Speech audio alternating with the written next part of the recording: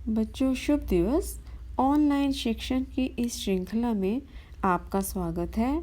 आज हम पौधे के पंख पाठ के प्रश्नोत्तर करेंगे।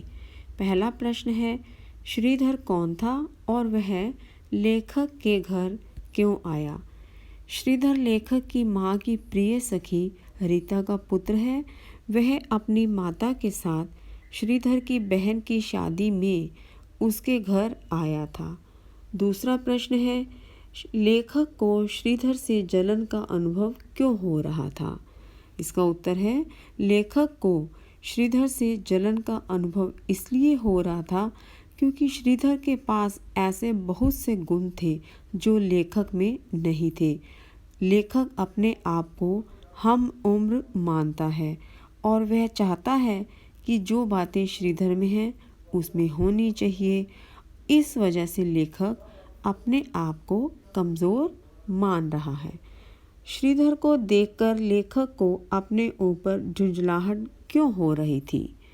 श्रीधर को देखकर लेखक को अपने ऊपर झुंझलाहट होती है क्योंकि श्रीधर भी उसी की उम्र का है, पर वह उससे ज़्यादा वजन उठा सकता है, ज़्यादा ऊंचा उछल सकता है, उससे ज़्यादा ताकतवर है, उससे ज़्यादा दूध भी पी सकता है। नेक्स्ट प्रश्न है, पूरा चांद चमकता हुआ देखकर लेखक के मन में क्या विचार आया?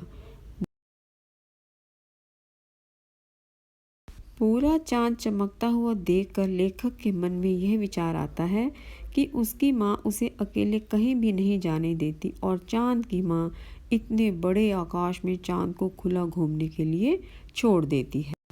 चलिए अब अगला प्रश्न करते हैं। नीचे दिए गए कथन किसने कहे और क्यों कहे? पहला कथन है, इन छोटे छोटे खिलौनों से कब तक खेलता रहेगा?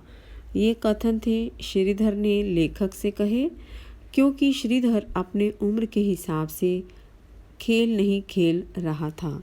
दूसरा है, मेरा इकलौता पौधा है, मेरा इकलौता राजकुमार है। ये कथन दादी के हैं क्योंकि लेखक दादी का इकलौता पोता था। बच्चों, आपने करवाए गए प्रश्नोत्तर अवश्य करने हैं। धन्यवाद।